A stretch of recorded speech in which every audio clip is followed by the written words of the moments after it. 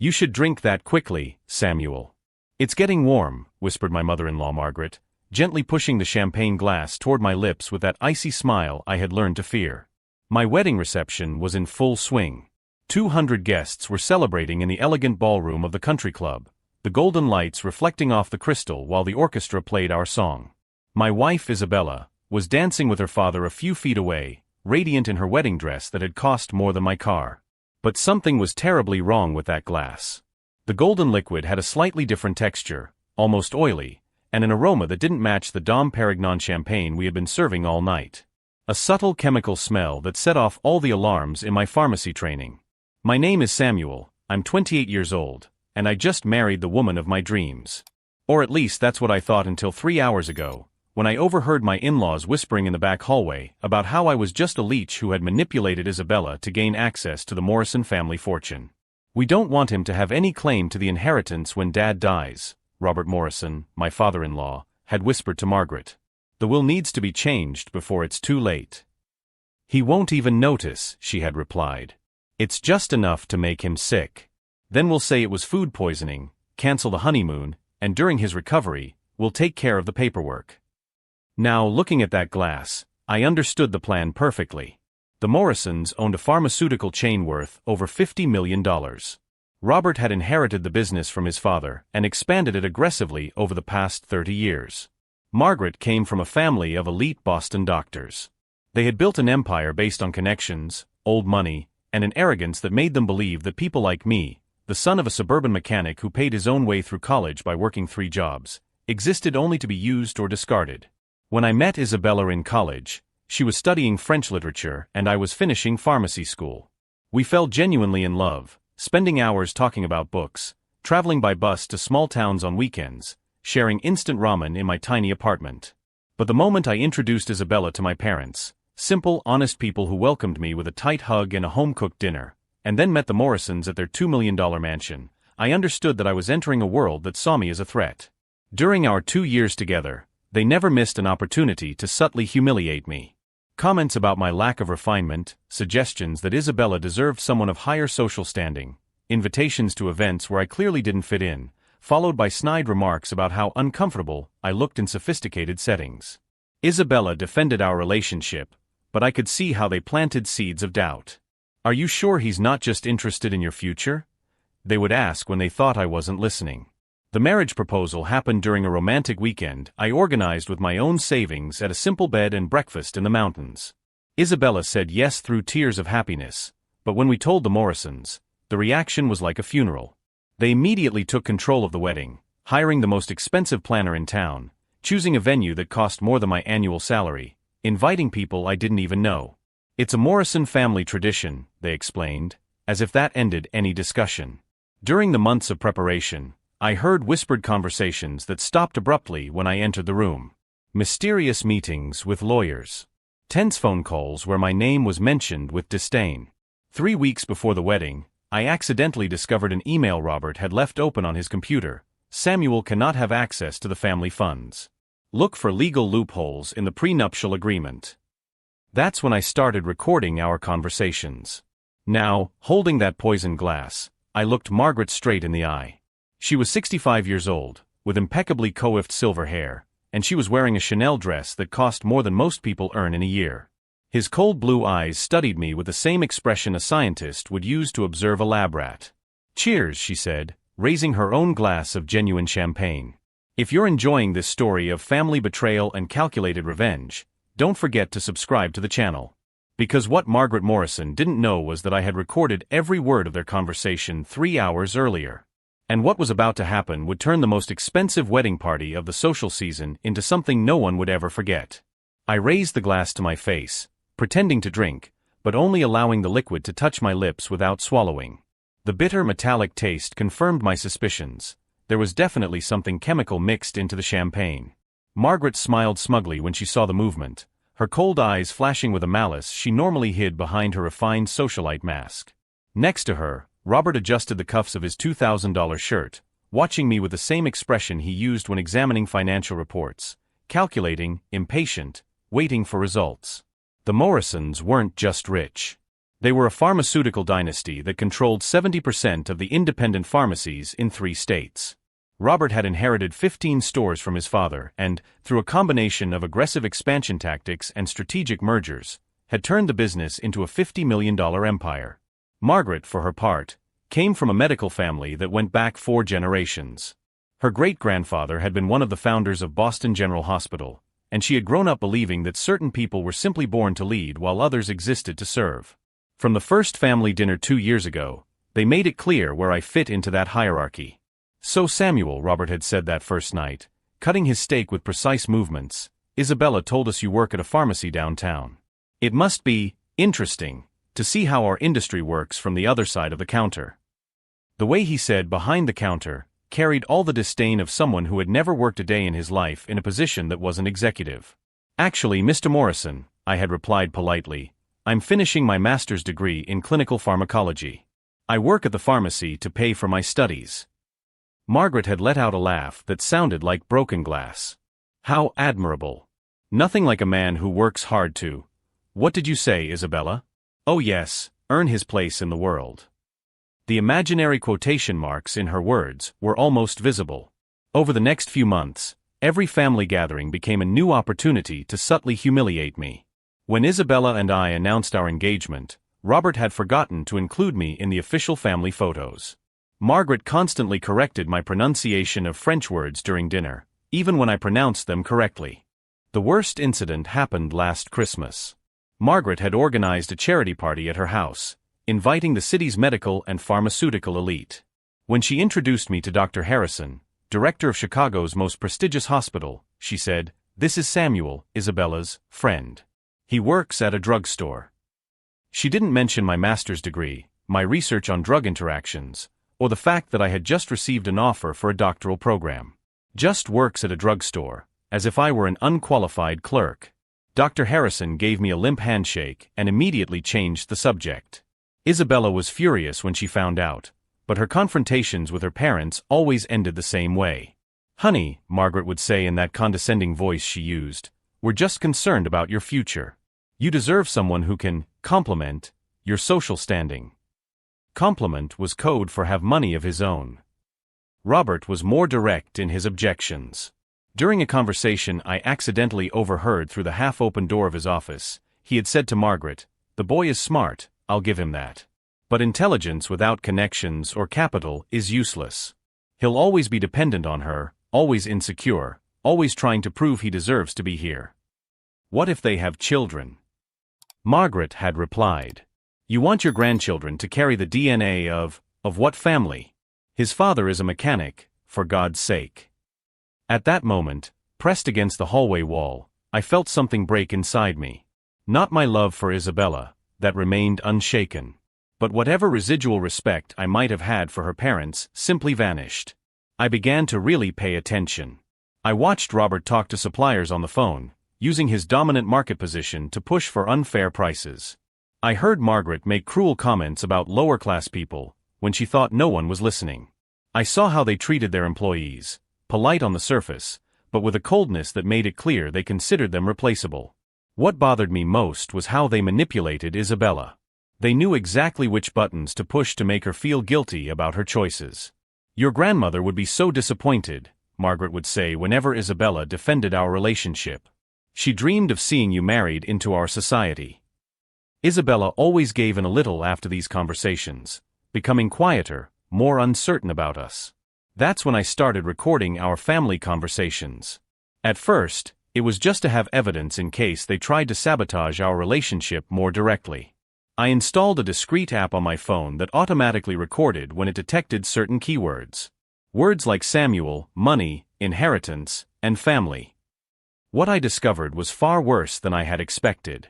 Margaret had hired a private investigator to dig into my past, looking for anything she could use against me.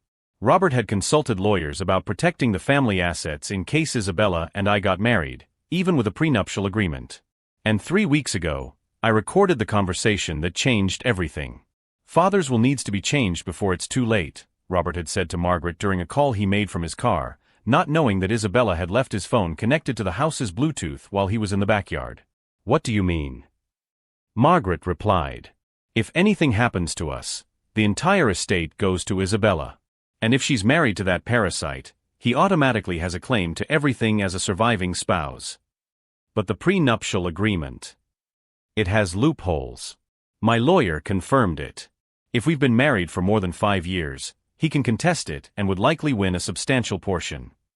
There was a long pause before Margaret spoke again, her voice lower. What if Isabella wasn't here to inherit? Margaret. I'm not suggesting anything terrible, Robert. But accidents happen. And it would be a tragedy if she suffered some kind of severe food poisoning shortly after the wedding. Especially if her husband, with all his pharmaceutical knowledge, was around and failed to save her. My blood ran cold as I listened. They weren't just planning to hurt me, they were considering hurting Isabella. That night, I couldn't sleep. I lay there staring at Isabella sleeping beside me, her blonde hair spread across the pillow, completely unaware of the evil that lived in her own parents' hearts. That's when I decided I needed to protect her. And the best way to do that was to get rid of the threat the Morrisons posed. Over the next few days, I began digging deep into the family business. As a pharmacist, I had access to databases that showed prescription patterns, adverse effect reports, and audit records that could reveal irregularities. What I found was a systematic pattern of manipulation. Morrison pharmacies regularly overstocked expensive medications just before seasonal price increases. They had undocumented agreements with certain doctors to promote specific drugs. And most damning of all, there was evidence that they occasionally sold drugs nearing their expiration date to nursing homes and low-income clinics without warning them about the dates. I compiled everything into a detailed dossier, but kept it safe. I still hoped we could find a way to coexist peacefully. That hope died earlier today when I overheard the conversation in the back hallway. Now, holding the poison glass, I watched Margaret discreetly check her Cartier wristwatch. She was timing how long it would take for whatever was in the drink to take effect. Robert approached, placing a heavy hand on my shoulder. "Samuel, my boy," he said loudly enough for the nearby guests to hear, "I hope you're enjoying your wedding party. After all," he lowered his voice to a whisper only I could hear, "it may be the last time you feel so healthy." The smile that accompanied those words was that of a man who believed he had just pulled off the perfect con. But as he turned away to greet other guests, I kept my expression neutral and began counting in my head. Based on what I knew about gastrointestinal absorption and the time that had passed since the toast, they would expect to see the first symptoms in about 15 to 20 minutes. What they didn't know was that I hadn't swallowed a drop. And in the next 20 minutes, I would execute the plan I had meticulously prepared over the last 3 weeks. 22 minutes after pretending to drink the poisoned champagne, I began my performance.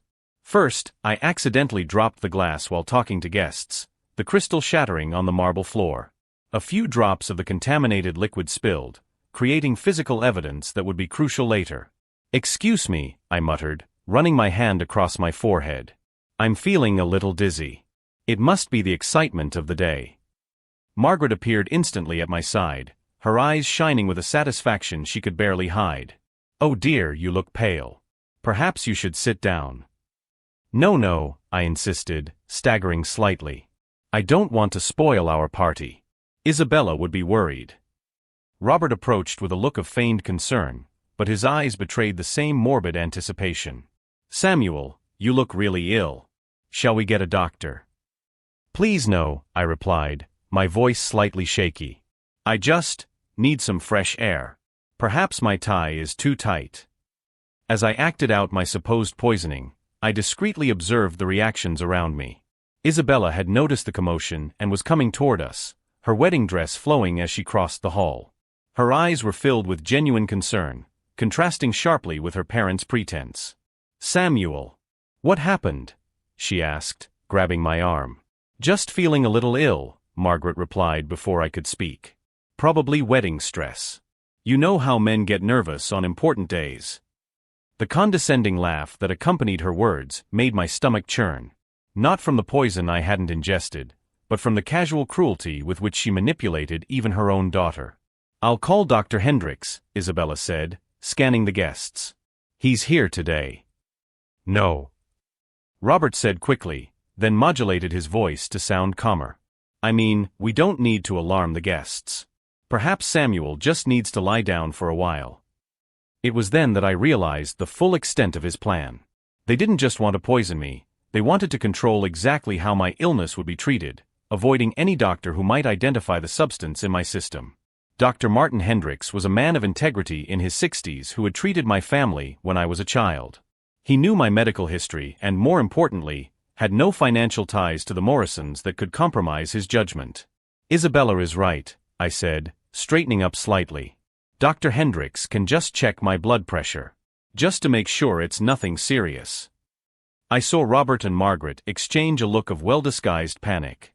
Samuel dear, Margaret tried again, perhaps we should go home where you can get some rest. But Isabella had already spotted Dr. Hendricks and was waving him over. The doctor was a tall gentleman with gray hair and gold-rimmed glasses he had worn for decades. What's going on here? He asked in his warm voice, already assuming his professional manner. Samuel isn't feeling well, Isabella explained. He knocked over his glass and seems dizzy. Dr. Hendricks placed an experienced hand on my forehead, then checked my pulse. Your pulse is a little fast. Let's go somewhere quieter where I can examine him properly. Really, that's not necessary, Robert insisted, his voice taking on an edge of desperation. I'm sure it's just nerves. Perhaps we should take Samuel home. Nonsense, Dr. Hendricks replied firmly. In my 40 years of medicine, I've learned that it's always better to be sure. Samuel, how are you feeling specifically? The moment had come to plant the seeds that would grow into the destruction of the Morrisons. I have a strange taste in my mouth, I replied slowly, as if analyzing my symptoms. Kind of metallic. And my stomach is queasy. But it's not like normal nerves. It's different. Dr. Hendricks frowned. As an experienced physician, he knew the importance of specific symptoms. A metallic taste is interesting. Have you eaten or drunk anything unusual today? Just the champagne in the toast, I replied, watching Margaret turn visibly pale. Where's the glass? Dr. Hendricks asked, looking around. It broke when it fell, Margaret said quickly. We've had everything cleaned up. But I had anticipated this. During the minutes of preparation for my act, I had discreetly collected a few drops of the champagne in a tissue that was now tucked away in my inside pocket. Actually, I said, pretending to remember suddenly, I think I still have some on the handkerchief I used to wipe my hand when the glass broke. I carefully removed the handkerchief, showing the small damp stains of the contaminated liquid. Will this help? Dr. Hendricks took the handkerchief and sniffed it discreetly. Her expression changed immediately. Samuel, I need to ask you some questions, he said, his voice taking on a more serious tone. And I suggest we do this in private. There's no need to be dramatic, Robert tried to intervene again, but Dr. Hendricks ignored him completely. Isabella, can you show us a private room? And please ask someone to bring a glass of water. Samuel, don't eat or drink anything other than the water Dr. Isabella brings you personally. The specificity of this instruction made Margaret recoil involuntarily. As we made our way to the private office at the country club, I noticed Robert making discreet signals to Margaret. They needed to communicate urgently, but they couldn't stray too far without looking suspicious. In the office, Dr. Hendricks closed the door and examined me more closely. His expression was grave. Samuel, in my years of practice, I've seen cases of poisoning before.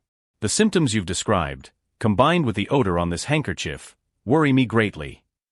I kept my expression one of innocent confusion. Poisoning? Is that possible? Very possible. And considering that only you drank from that particular glass, he paused significantly. We need to go to the hospital immediately for toxicology tests. But my wedding party. Samuel, Dr. Hendricks interrupted me gently, if my suspicions are correct, your life may be in danger. Parties can be rescheduled. Lives cannot. It was at that moment that I made the decision that would change everything. Dr. Hendricks, I said quietly, I need to confess something. I didn't actually drink the champagne. I only pretended to because I suspected there was something wrong with it. The doctor studied me carefully. Why would you suspect that? Because, I took a deep breath, preparing to take the step of no return. I heard my in-laws planning to poison me this morning. The silence in the office was deafening. Dr. Hendricks watched me for a long moment, processing what I had just revealed. Do you have evidence of these conversations? He finally asked. I took my phone out of my inside pocket. Recordings. 3 weeks of recordings. Dr. Hendricks nodded slowly. Samuel, this is extremely serious. We need to involve the authorities immediately. I know, I replied. But we have to do this right. They are powerful, influential people. If we don't have irrefutable evidence. I understand perfectly, he said, taking out his own phone. I have a contact in the police department, Detective Martinez. She's discreet and efficient. While Dr. Hendricks made the call, I looked out the office window. In the main hall, I could see Margaret and Robert talking intensely in a secluded corner. Margaret was gesturing nervously while Robert kept checking his watch. They knew something had gone wrong. The time they had expected me to succumb to the poison had passed. My prolonged absence with Dr. Hendricks was making them increasingly desperate. But what they didn't know was that their attempt to murder me was only the tip of the iceberg. During the 3 weeks since I had discovered their plans, I had done much more than simply record conversations. I had contacted every relevant regulatory agency. I had sent anonymous dossiers to investigative journalists. I had copied financial files that showed decades of irregularities. And most importantly, I had discovered that I wasn't the first person they had tried to poison. 3 years ago, Margaret Morrison had nearly killed her own aunt to speed up an inheritance. The doctor who treated her at the time had documented suspicions of poisoning, but the family had hushed the case with money and influence. Detective Martinez nodded. It's time to confront them directly. But first, I need to coordinate with my team. We're going to need more agents here to arrest both of them simultaneously. Isabella, I replied through the door, I'm feeling better now. Dr. Hendricks says it was just a passing illness. We'll be leaving in a few minutes. My parents insist that you need immediate medical attention, she replied, her voice carrying a tension I rarely heard. They're very worried. What bitter irony. The same parents who had tried to poison me were now feigning desperate concern for my health. Detective Martinez made a few quick calls, arranging for discreet backup. I'll have 4 undercover agents positioned in the lobby in 10 minutes. When we leave this office, I want you to act normal for a few minutes. Let them approach you, try to control the situation. That will give us an opportunity to observe his behavior in real time. And then we'll confront them with the evidence and make the arrests.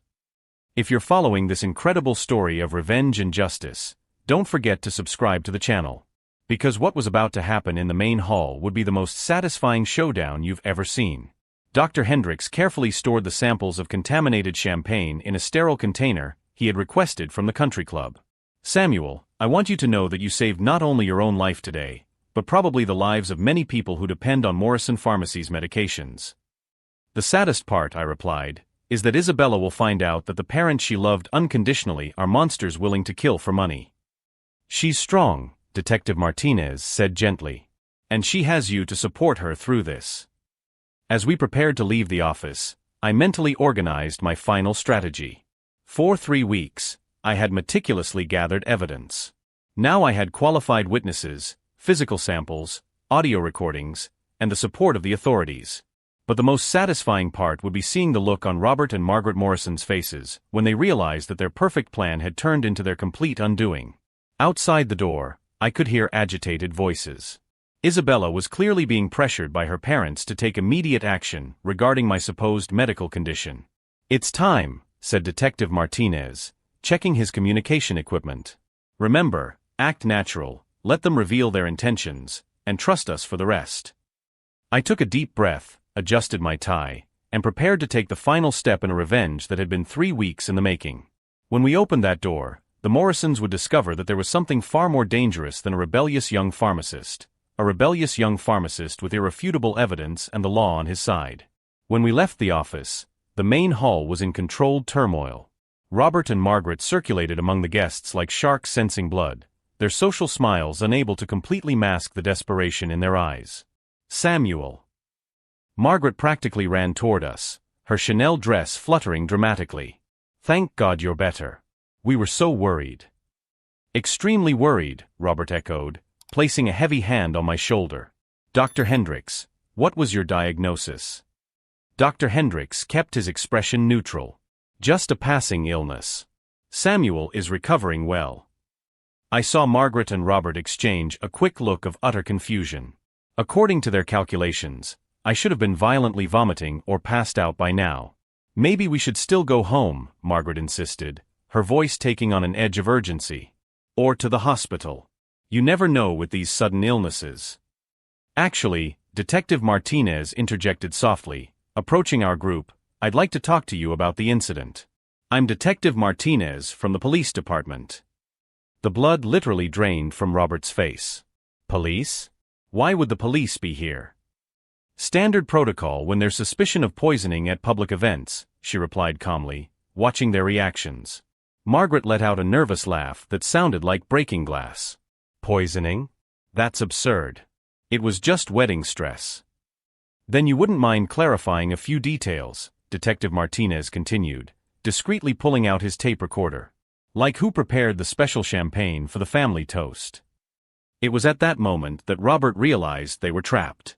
His eyes darted frantically around the room, searching for an exit, some way to control the situation. I don't understand what you're talking about, he said, but his voice had lost all its usual authority. Dad, Isabella approached, genuine confusion written all over her face. What's going on? Why is the police here? Before Robert could answer, I took my phone out of my pocket. Isabella, there's something you need to know about your parents. Samuel, no, Margaret whispered, her tone carrying a desperate threat. But it was too late. I pressed play on the most incriminating recording. Robert's voice echoed clearly through the small speaker. It's just enough to make him sick, not to kill him.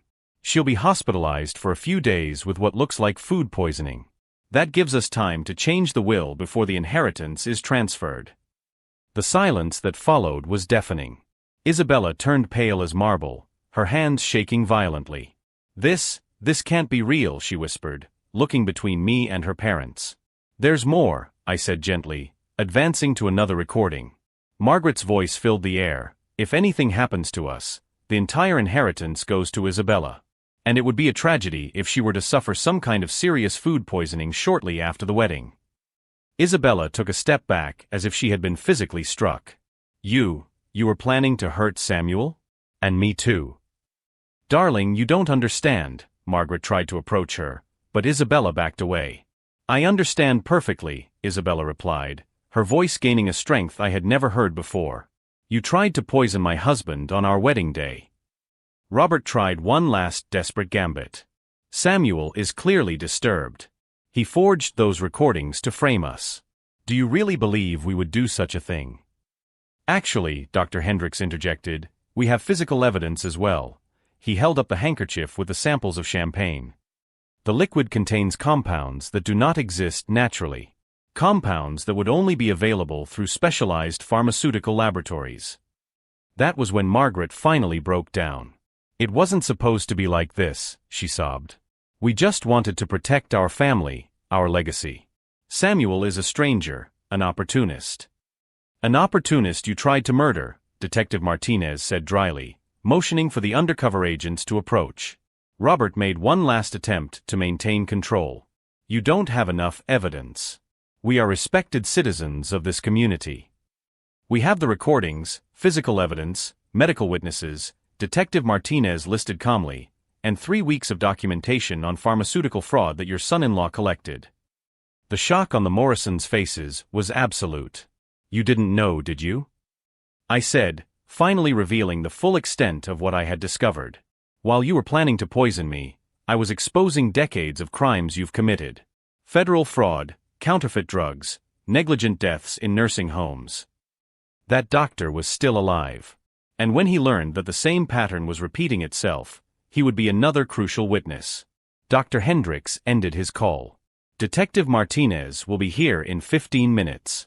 She'll come disguised as a guest, so as not to alarm anyone. Perfect, I replied. And Dr. Hendricks? Thank you for believing me. Samuel, he said gently, I've known you since you were a boy. I know what kind of man you are. And more importantly, his expression hardened, I know the Morrisons' reputation in the medical community. The rumors have been around for years. That revelation hit me like a bolt of lightning. What kind of rumors? Pressure on doctors to alter causes of death. Elderly patients who died conveniently shortly after changes to their wills. Sudden deaths in families who had inheritance disputes with them. My revenge was about to expose much more than I had imagined. Outside the door, I heard hurried footsteps.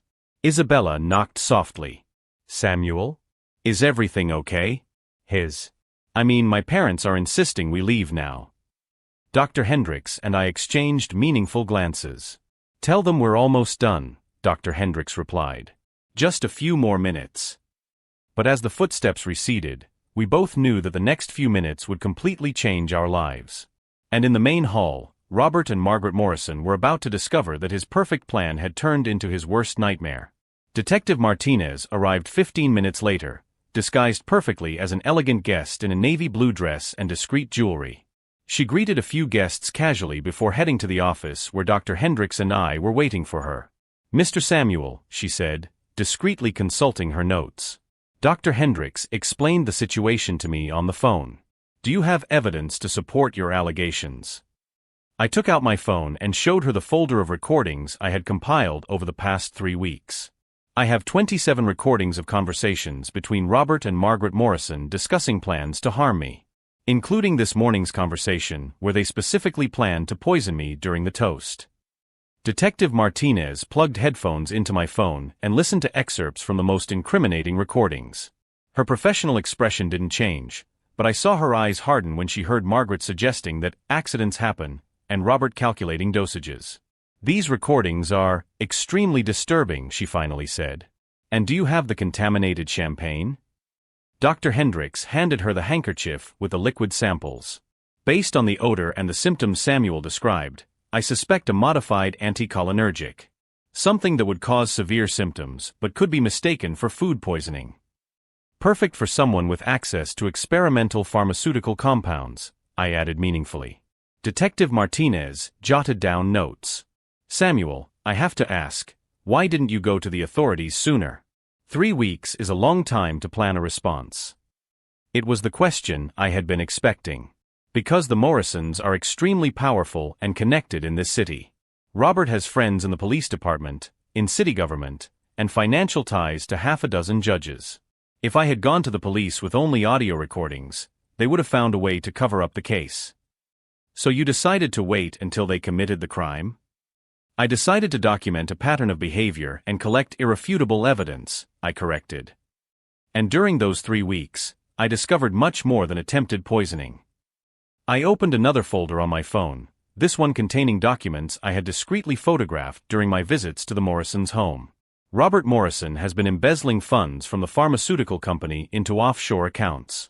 Margaret has records of payments to a private investigator who was digging into not only my life, but also the lives of other family members who might question the will. Detective Martinez studied the images. How did you gain access to these documents? Isabella gave me free access to her parents' house during the wedding preparations. I was genuinely trying to integrate myself into the family, so I spent time in Robert's office talking about pharmaceutical business. He left documents lying around, assuming I wouldn't understand their importance. But you did. I'm a pharmacist with a master's degree in clinical pharmacology. I recognize financial irregularities and suspicious prescribing patterns when I see them. It was then that I revealed my most devastating discovery. 6 months ago, I began analyzing prescribing patterns at Morrison pharmacies. I discovered that they are overcharging elderly patients, especially those with Medicare insurance. But what's worse, I found evidence that they're substituting expensive drugs with inadequate generic versions and pocketing the difference. Detective Martinez stopped typing. That's federal medical fraud. Exactly. And it affects hundreds of vulnerable patients. Some have probably died from ineffective drugs they received thinking they were full treatments. Dr. Hendricks leaned forward. Samuel, this is, my God. Do you have evidence of this? I have purchase records, prescription reports, and financial documents showing discrepancies between what was purchased from suppliers and what was sold to patients.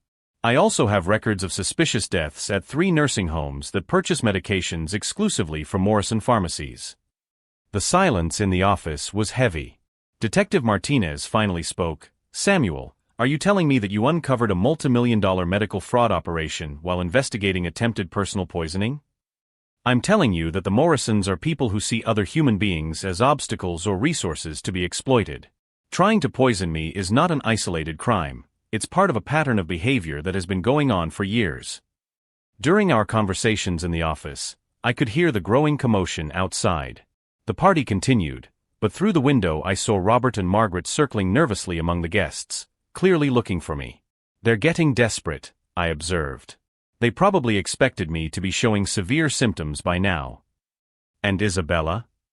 Detective Martinez asked. Does she know about her parents' criminal activities? Isabella is completely innocent. She works as a curator at an art museum and has never been interested in the family's pharmaceutical business. Robert and Margaret have always kept her isolated from their questionable operations. It was at that moment that we heard a more insistent knock at the door. Samuel. It was Isabella's voice, now clearly concerned. Please, I need to talk to you. My parents are saying that you're very ill and that we need to go to the hospital immediately. Dr. Hendricks, Detective Martinez, and I exchanged meaningful glances. They want to take me to a specific hospital, I muttered. Probably one where they have medical connections that can control the diagnosis and treatment. Margaret collapsed heavily into a nearby chair. How did you find out? I'm a pharmacist, Margaret. I recognize criminal patterns when I see them. And you left a trail of evidence that stretches back years. At that moment, 3 more federal agents entered the hall, their FBI badges clearly visible. Robert and Margaret Morrison, the lead agent announced, you are under arrest for attempted murder, federal fraud, and violations of the Controlled Substances Act. As the handcuffs clicked around the Morrisons' wrists, Isabella collapsed into tears beside me. Not out of sadness, but out of relief and liberation. How did you know? She asked through her tears. Because someone who truly loves you would never try to control your life through fear or money, I replied, hugging her tightly. As the Morrisons were led from the hall in handcuffs, I noticed that our guests had formed a respectful circle around us. No one was filming or making a commotion. These were genuine people who understood that they had witnessed something deeper than drama. They had seen justice being served. Dr. Hendricks approached with a quiet smile. Samuel, you didn't just save your own life today. You saved countless patients who depend on honest medicine. But as I watched the Morrisons disappear through the country club door, my dominant feeling wasn't revenge or triumph. It was freedom. Finally, Isabella and I were free to build our life based on genuine love, not manipulation or financial control. 6 months later, I sat in the front row of the federal courtroom as the judge read Robert and Margaret Morrison's final sentence. 20 years in prison for him, 15 for her, for attempted murder, federal fraud, and the wrongful death of 3 elderly patients. During the investigation, we discovered that they had poisoned 2 other people in the last 5 years, a business partner who questioned their practices and Margaret's own aunt, hastening her death to inherit her Cape Cod property. Isabella held my hand as her parents were led away in handcuffs. She had testified against them, revealing years of psychological manipulation and financial control that finally made sense. They never loved me, she whispered. They just saw me as an extension of their egos. Dr. Hendricks became the medical director of a foundation we created to monitor suspicious pharmaceutical practices. With the Morrisons' confiscated assets, we established a compensation fund for the victims' families and free clinics in the communities they had exploited. Detective Martinez visited me last week. Samuel, your evidence helped dismantle a corruption ring that spanned 3 states. Dozens of pharmaceutical executives are under investigation. Isabella and I moved to Oregon, where she runs an art therapy program for survivors of family abuse, while I work developing safety protocols for medications in rural communities. Our real wedding took place 6 months later, in a simple beach ceremony with only the people who truly loved us. Dr. Hendricks walked us down the aisle, where we vowed to protect each other not with money or status, but with honesty and courage. The Morrison poisoning attempt taught me that toxic family is like poison. The longer you allow it to remain in your system, the more damage it causes. Sometimes the only cure is to cut off the supply completely. Robert tried to contact me from prison last month, claiming remorse and asking for forgiveness. I returned the letter unopened. Forgiveness is for people who genuinely recognize the harm they've caused, not for manipulators looking for their next victim. Isabella found peace knowing that we saved lives by exposing her parents' crimes. They gave me life, she reflected, but you taught me how to live it with dignity. If this story of justice and rebuilding touched your heart, subscribe to the channel for more stories of people who turned betrayal into triumph and poison into purpose. The last I heard, the Morrisons were serving their sentences in separate federal prisons, their names removed from every building and foundation they once funded. Me? Well, I just got approval to open our 10th community clinic, saving lives instead of destroying them. I found that the best revenge against those who try to poison you is to live so fully and meaningfully that their evil becomes just a footnote in the much larger story you've chosen to write.